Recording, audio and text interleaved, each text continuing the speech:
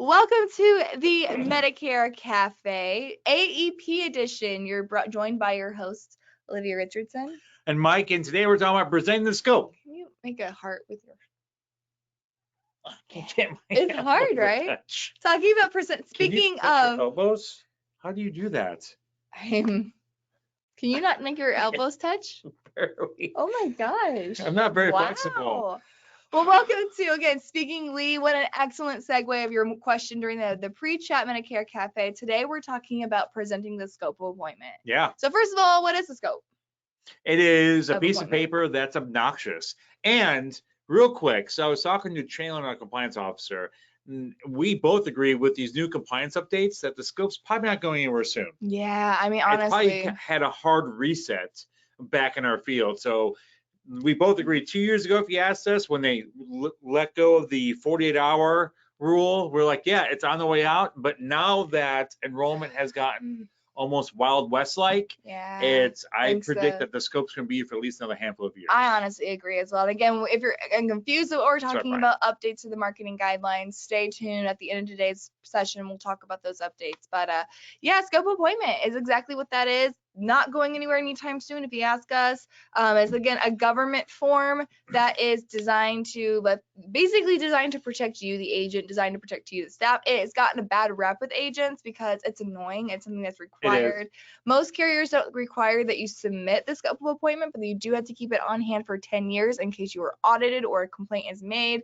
This is a really good point Mike made, that there's really kind of two ways or two things that are memorable about an appointment: the beginning and the end. What's the first thing that happened? What are the first impressions of that appointment? And then how did you end up leaving? One of my favorite quotes, and it's been butchered a million times, I'm going to butcher it 1,000,001, is people don't remember what you did, they don't remember what you said, but they remember how they made you feel. And so really a scope of appointment can really alter how that person is entering that appointment. Absolutely. And so when you are beginning the appointment, is how are you starting out with the SOA? Because if you're making it a very negative thing, well, you're starting the whole appointment in a negative sense. Even if you had a great warm up where you had some common ground, when you get down to business, complaining about it. Yeah. Oh, here's a stupid form, and then you got to sign this, and blah blah blah blah. People will be like, whoa, whoa, whoa, whoa. If you don't like this, why should I even like anything you're going to say after this point? Oh, so sure. Yeah, don't set the tone that it's going to be this garbage thing you have to get through. Also keep in mind, the more difficult you make it, the more difficult the entire process is going to be. So making sure that your scope of appointment process is super, super simple. Yes, 100%. And yes, Maya Angelou is rolling over in a grave over that misquote. That's who quoted it. Oh. I think I got that from like a bumper sticker. Oh, bumper sticker. Maya Angelou. She's the one that's on Saturday Night Live. Use your Google machine. Next slide. So speaking of being happy, 1, check your sources. 2, present it right. Present it because you can make this very advantageous to you, meaning that, hey, I am following the rules because I'm presenting this form. It's required that CMS by Medicare. I wouldn't say a CMS because most people don't know who CMS is. No. But they know who Medicare is. So this is an official Medicare form. And what this does is protects you from being misled in any way, shape, or form. So, hey, I'm here to help protect you. And this form is provided by Medicare to help us do that. So you're putting it in a very positive light. You also can talk about the pitfalls of Medicare, i.e. dental, because that's on there. And you can say a misconception from a lot of my clients that Medicare covers dental. It does not. And we'll talk about that. And also, there is additional help if you do become hospitalized that Medicare feels is very important, as do I. And we'll talk about that in a few minutes. Yeah, no, I love that. And again, scope appointments are one of the best cross-selling tools because it's literally, all you have to say is, you know, this is something that the government makes me sign. And Mike, you have a really great kind of transition, great way of saying it. But saying something along the lines of, this is for your protection, this is for my protection. And this is also to let you know that, like, hey, these are other products that they're recommending we talk about if we're going to talk about Medicare Advantage plans. Yeah, all that is right there. Before we begin, Medicare requires your signature that allows me to discuss the following options with you. And you can state them right there. This form is for your protection, so no unethical agent can come in and try and sell you something that looks like insurance and isn't. It is also important that you know your options, which is why dental and hospital plans are on there. So you have some, so you know some of the more common out-of-pocket risks that you have on Medicare. and look at options, how to minimize them. Something along those lines. And we'll put this on in the agent group, this exact quote. And this is something that hopefully you could take and mold and make your own. But this is how you should be presenting it as scope. As in, I'm an honest agent, Medicare has pitfalls, I have solutions.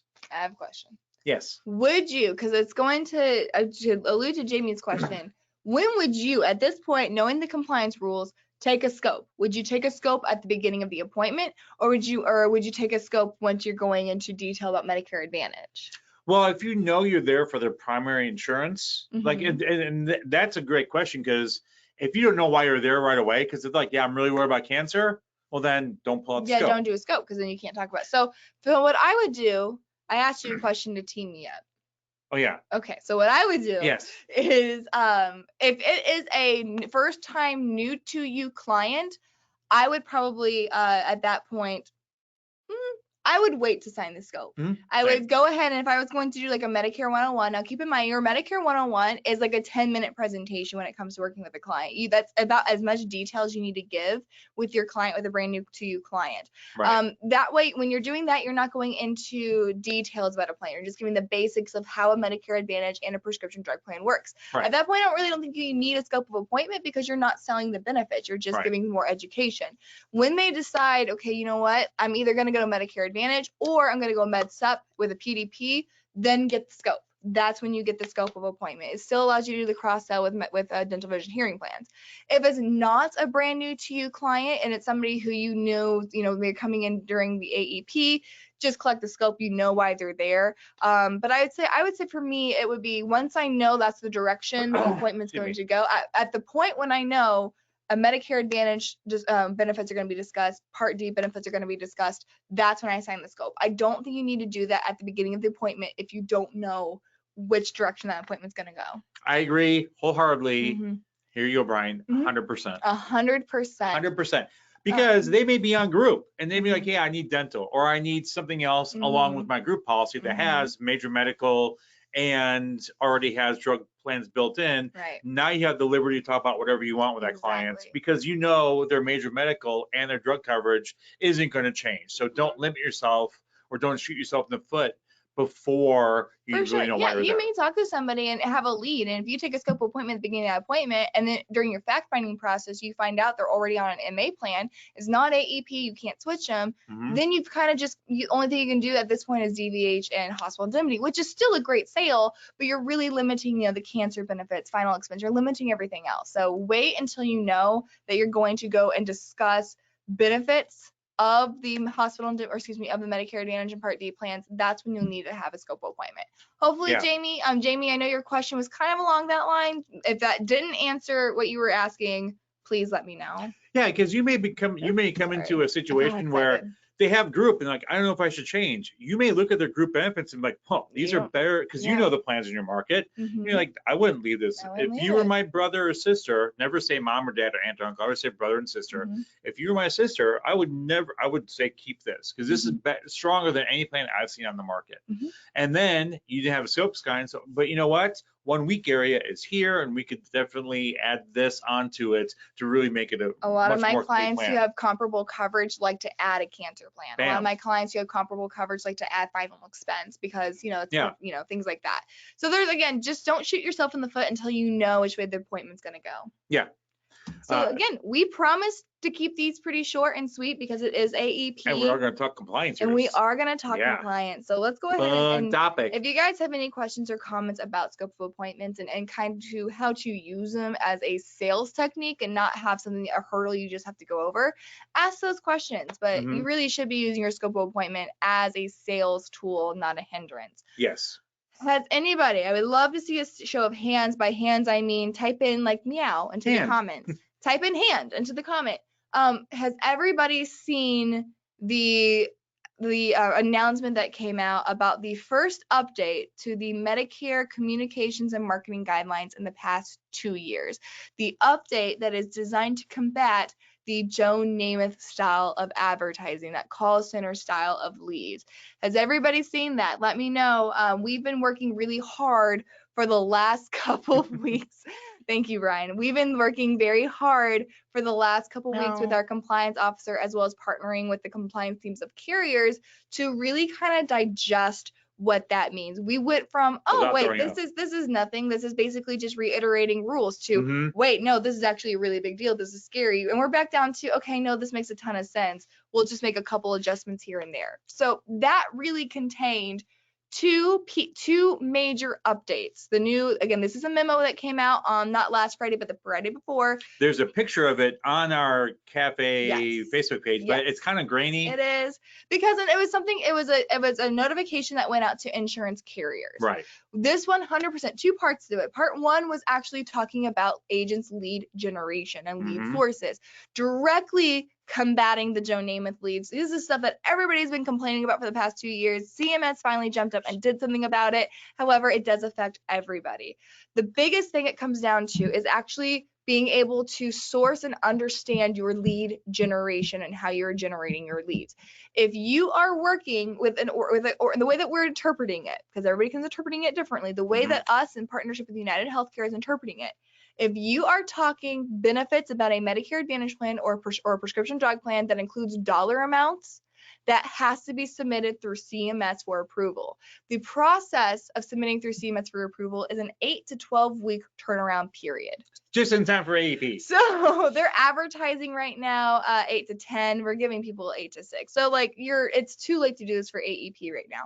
But what this means, if you're going to advertise a specific dollar amount for the Part B give back, if you're advertising specific dollar amounts for dental, vision, hearing benefits, if you're saying a $0 copay, that information, even though it's not carrier specific, it's just general, that information has to be approved by CMS themselves. And not everybody has access to that CMS approval. If you have a contract with senior marketing specialists, you can send that to our compliance officer. They have a direct line to CMS to get stuff approved. Again, it's about an 8 to 12 week turnaround time. Which is new because CMS used to not give us. It had to be done through the carrier. It was called HBMS, was a health maintenance portals. I forgot what it stands for, but yeah. Yeah, it's still that. It's just now we have access to it. Right. Now they opened the door for us. Exactly. So that's really exciting. It is, but again, it's more so what it really comes down to is keep in mind in the past, when we said you use lead vendors and things like that, lead vendors got away with a lot of stuff because lead vendors don't have to follow CMS rules. They're not insurance agents. They weren't the end user. No. Now they're saying, we can't, now CMS is saying we can't enforce lead vendors to be, compliant. We can enforce insurance agents though. Yep. So now you have to make sure that you have to have any lead information, any lead card now has to be approved by CMS. And the lead vendor doesn't have to do that. The agent has to do that. Not a big deal for a lot of lead vendors because most lead vendors will give agents the cards that they send out. The agents can actually look at them ahead of time. If they mention dollar amounts or anything like that, CMS has to approve that. Most, again, your DVH ones, your generic ones, most of that shouldn't be a problem. Where we're seeing the majority of issues come from is actually internet leads. Yep. Because internet lead vendors will not let agents see how the style or see what those leads look like. And I understand why they won't let agents see, because if an agent sees it, they're just going to go and do it themselves. Right. But internet leads right now are a little bit in trouble because if you as the agent cannot get that piece approved, that lead card, that lead generating source CMS approved, you are not compliant. And this ruling is it's not a new rule, it's simply just an update to the rules, but they're just being more clarification to those rules. And so I can imagine CMS is going to be pretty strict for the upcoming year. So just making sure that if you are using lead sources like internet leads, please make sure that those leads, that you see the lead, you're able to keep the lead card or keep that lead source for 10 years in case you're audited, and that lead has been approved by CMS. We were joking, me and Shaylin, about be careful what you wish for, because we all complained, or a lot of people complained about agents door knocking and all that stuff. Well, then we got the scope. In a 48-hour, you have to have this signed 40 hours advance so they know you're coming. Then as soon as CMS starts to loosen up the rules, everyone takes it here, then CMS resets the rules. You're seeing a huge reset. Yeah, so it's kind of like that ebbs and flows where we were, for the last 2 years, we were going down. Now we're heading back up to stricter compliance rules. They'll hit, we'll all cry about it. They'll start to lax a little bit, then they'll go right back up. And it's done that for the past 15 years. And again, just keeping in mind, how does this affect you, the agent? Where are your leads coming from? Have your leads been approved by CMS? If your leads have any dollar amount listed, they have to be approved by CMS. If you don't know what your leads look like, if you're buying internet leads and you don't know what that looks like, those leads are not compliant anymore, and CMS is going to be doing a pretty stringent look on this. So just that's kind of what we're coming away with as far as the marketing goes. You can't, if you are wanting to continue to market and do and be able to use specific dollar amounts, keep in mind United Healthcare has the agent toolkit, the marketing toolkit that you can download, CMS approved, you can brand them. Aetna has the same thing, Humana has that, Mutual has that. So you do have to use carrier specific branding pieces that the carriers already provide. You're just not going to be able to do any generic pieces yourself unless you submit it to CMS. The other side of it says two-story or two-part. One was the compliant or the marketing. Yep. The other side is actually going to be more geared towards virtual telephonic sales, not call center. Virtual sales. So even if you write a policy and you're doing it over the phone, rules are looking a little different right now. Okay, even if you do primarily face-to-face, you're doing this appointment over the phone. We're still getting clarification on this.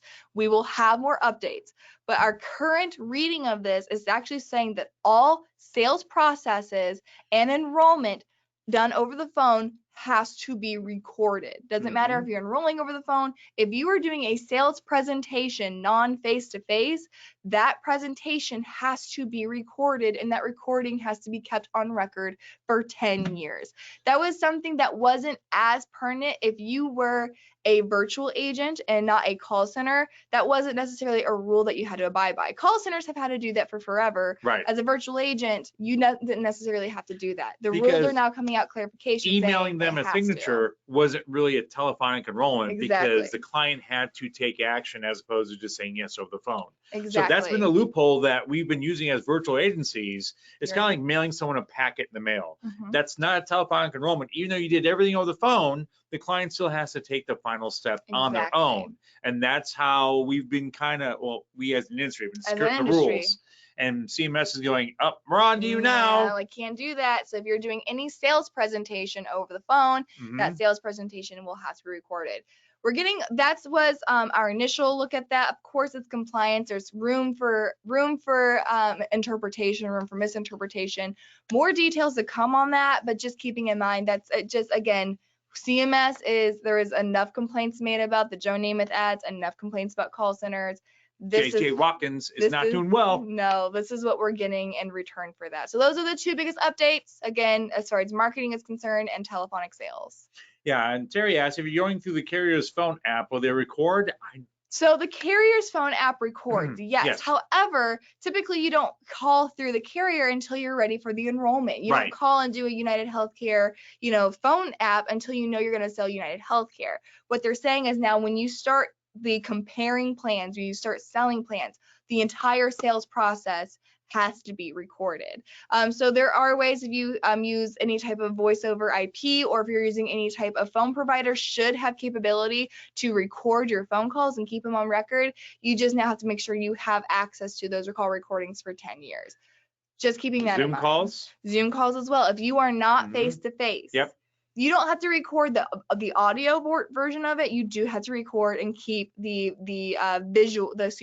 audio side of it. You don't have to keep the visual. You do have to keep the audio. So all audio has to be kept when you're doing a non-face-to-face appointment. Now, Christy asked a good question. If we collect the app via fax, will that still apply? It doesn't even come down to how you accept the application. It is strictly if you are not face to face with somebody and you are not in what that case may be, you have to record the appointment. If you are not face to face, you have to record it. Question: what if they call you and say, "Hey, I have a question about this plan." Do you have to hit record?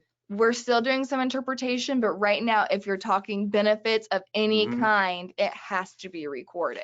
So I'm gonna go more details to come. Again, this is our first interpretation of it. We've been looking at this for the past 2 weeks. We've talked to carriers like United Healthcare, Cigna, Aetna. Each carrier is telling us something different. So this is the initial interpretation of it. Our compliance officer is literally, and this isn't fun that we're doing this during AEP. I know. Let's what a great time to update the rules the first time in the last 2 years. But anyways, our team is working around the clock on this. We will give you more details as they come out. Yeah. When does it start? Yesterday. It started. The thing came out 2 weeks ago. It started 2 weeks ago. Yep.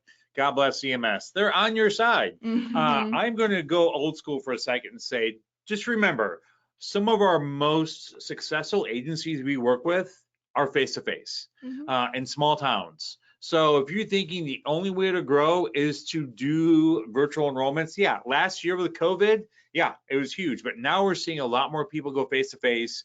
We're seeing a lot more success that way. I'll let you finish. I'm going to pull a Kanye West here. I'm going to let you finish, but I'm going to disagree with you. No, I'm just saying, don't think you only have to do virtual now. For sure. Let your clients know that face-to-face is available, because if it is, then you're still going to have some that roll over the phone. So I would say definitely have strong recording, but don't think all your clients want to do virtual, because there's a lot of them that will do face-to-face.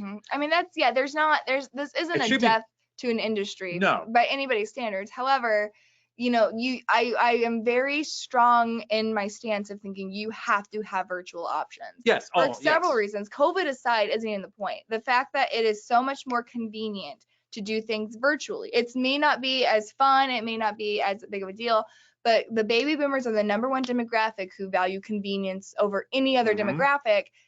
And one of the most convenient ways to enroll in insurance is virtually and over the phone, which is why you're seeing such huge success of these call centers, and because people are putting a lot more value on convenience than they are on the relationship. Not saying, so again, in order for us to update and keep up with the times, we do have to have a virtual option, because when you can have the relationship of an agent meet the convenience of being virtual, it's a win-win situation. So I agree with you that not everybody wants to do a face-to-face, or not everybody wants to do virtual communication, but I think you're going to continue to see virtual really take off. I think so too, but just keep in mind that don't use COVID as an excuse anymore. No, it's a new way of life. It's a new way of life, but still have, hey, you can come to my office, I can come to your house, we can meet somewhere in the middle, or we do all over the phone. What do you prefer? Because you may be surprised when people are like, well, I'll just come to your office, or why don't you just come out to my house? It'll happen for sure. Yeah, it'll definitely happen. So don't think I have to do only virtual because of COVID or anything else. Just give your clients options and make sure you're compliant. And when in doubt,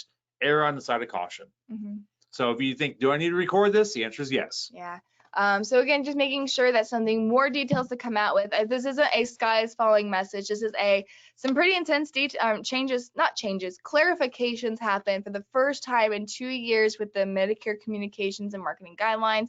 No changes the last 2 years. Got an update October 8th. So more details to come on that, guys.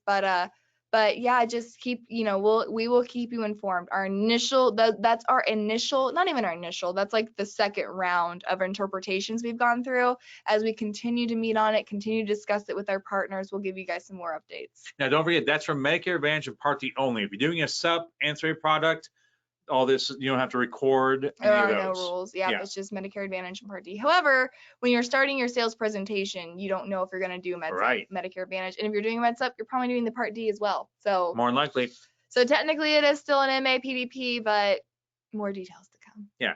So watch our channels for more information. We appreciate being part of the cafe during the busiest time of year. So thank you for joining us.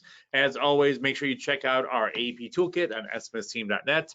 And if we can help you in any way, shape, or form, we have live chat, we have phone, we have email, we have support tickets, we have all those things to help keep you successful in the field. Awesome. Well, we kept saying we want to keep this short and sweet. However, it is 10:25. Big update, though. We did do 2 significant topics today in a little amount of time. Yeah, I'm right about that. Yeah. Any other questions, comments, concerns, threats, or promises that you just need to get out to your cafe team members or to myself and Mike? Anything else, guys? Also, I'm officially cool. I have a scrunchie. Yeah, you are officially cool. Are those back? Those are back. I was really excited. I wish I would have kept all my scrunchies from back in the day. They're like obviously, $1. They are. I did get these from the dollar store. But I have a scrunchie, so I'm officially cool. I don't have a scrunchie. I don't have the hair to accommodate such a scrunchie. You're just not cool enough. Next week, I'm going to wear a scrunchie. Wear a scrunchie. Yeah, good. Fine. Cool. I'm it. Great. Wonderful. Wear your scrunchie. Let's get Medicare Cafe branded scrunchies. This is not what you guys are here today. Appreciate you all so much. We will see you next time. Of course, on Friday, Mike will go live to talk about, look like you're talking about referrals. Yeah. Yep. So we'll see you at Friday at 9 a.m. Central Standard Time on the Medicare Cafe Facebook page. So until then. So until then, have fun, make money, and give impeccable service. Thanks, guys. Thank you.